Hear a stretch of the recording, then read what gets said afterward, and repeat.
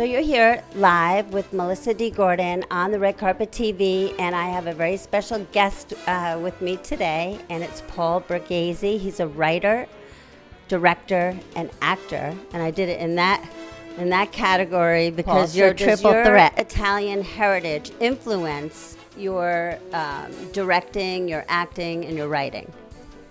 Yeah, I would say absolutely, because I think that by having Italian American heritage, which I am Italian American, you can bring a certain authenticity to the roles that you play if they are of an Italian or Italian American. And as a director, a lot of the films I've directed have had Italian American theme, whether they be of our culture. I've fallen a lot into the mob genre of producing and directing, writing and acting. It just happened to fall in my lap, so I just went with it. I mean, some people complain about getting pigeonholed or typecast, but for me, if you're working, you're working. But I don't like to depict Italian Americans in a negative way, but we can't deny that the mob existed. I won't even say exists, but existed in a way that it's historical. Right. So, but I would rather depict it accurately and not make Italians just look like Gavones within that world.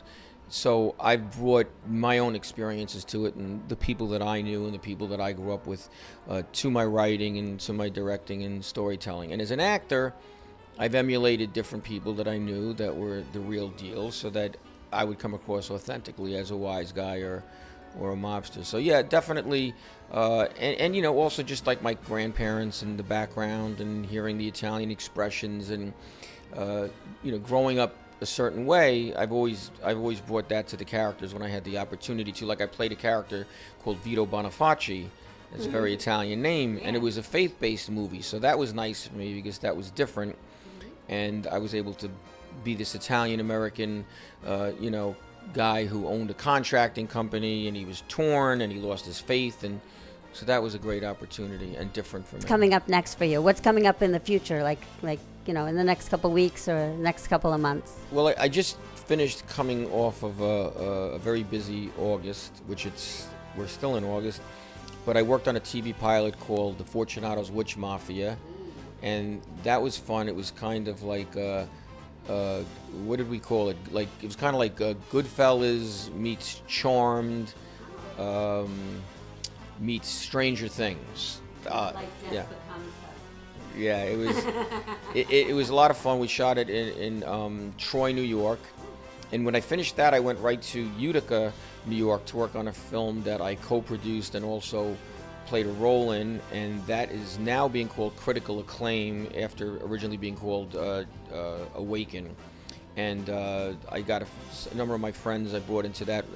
Robert Finaro played the lead in that, and he did a great job. And I brought friends like William DeMeo into it as well, and Artie Pasquale, who you know a lot of these people. And I feel like I'm leaving a few of the actors out. Ernie Mingione. And like, I bring a lot of the same people into the project, Louis Veneria, and that's a faith-based movie. It's the third movie I've done with this director, John Martoscia. The first one was Vito Bonifaci, which I only played a lead in. The second one was Death of a Tree, which Ronnie Marmo played the lead in, and I was an associate producer on, and this one I'm a co-producer on. And then I went on to work on another movie in Manhattan, which has like one of those untitled project names, so I can't even give you a title, but it's a big movie that's going to be coming out, and I just played a small role in it. So what's next? I don't really know what's next. That's what happens a lot as an actor and a director. But I do plan to sit down and start writing again, because I do have producers that I know that tell me, if you sit down and write, we can get your project financed for you to direct. So that's what I'm looking to do next. Someone in particular wants me to write a Christmas movie, so I'm thinking about, as opposed to directing, especially if you're on a feature film, it's months and sometimes years of being involved and attached to a project, whereas an actor sometimes, it's a day, it's a week, it's a month, and you're done, and they worry about finishing the film. So, but I think that moving ahead, unless the acting work knocks on my door more, I'll probably pursue more of of the directing and getting some of my own projects off the ground. So here's one of my favorite questions is the awards that you've won. And you've won them at different film festivals and different award ceremonies. You know, I have everything from the chair back Wow, that's so cool. that they gave me, which is a great thing to have. And this is the bat. I have plastic over Yogi Berra's autograph. So Of course. But this is the baseball bat I used in the movie. That's so nice. Yogi Berra signed that for me.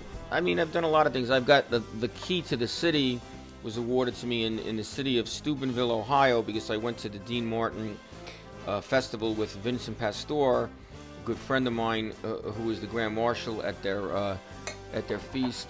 In here, I have a best director in a short film for the kids menu. Some of these things, you know, like I forget about. I like this one. Oh, let's see what this one is. The Big Apple Film Festival. What is this? An award for creative excellence for the movie Searching for Bobby D that I directed. The first movie I directed was called Four Deadly Reasons, and I forgot about this award. The Silver Street International Film Festival for the Low Budget Genius Award. How about that for Four Deadly Reasons?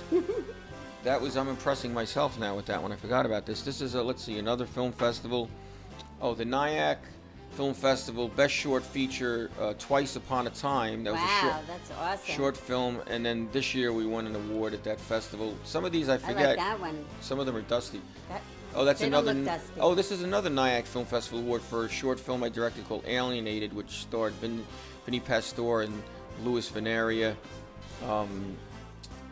Again, this is an Italian-American Role Model Award from the Columbus Alliance. This picture is of Vinny Vella, God bless his soul, he's not with us anymore, but this was the first feature film I directed, and if you could see, you see in the picture, there's a 35mm Arriflex camera, which is considered a dinosaur now, but it shot a beautiful film, and Vinny was in my film, and we, there was so many things I did. I was, what is this, I was the MC at the Miss Italia pageant. This is from when I worked on a movie called The Family. It was originally called Malavita, and they changed the name to The Family. And I was given this by the director, Luc Besson, and I worked in France for a month on this. And I came back with that. And it's amazing. If I kept going through these, it would sound very vain and egotistical. So I want to thank Paul Borghese today for being on the Red Carpet TV with me, Melissa D. Gordon, and I wish you so much success in your career. Well, thank you, Melissa, and I was happy to do the interview with you. It was fun, and thanks for coming to my office at Tap Hand Films. Thank you. Bye. Bye, everyone.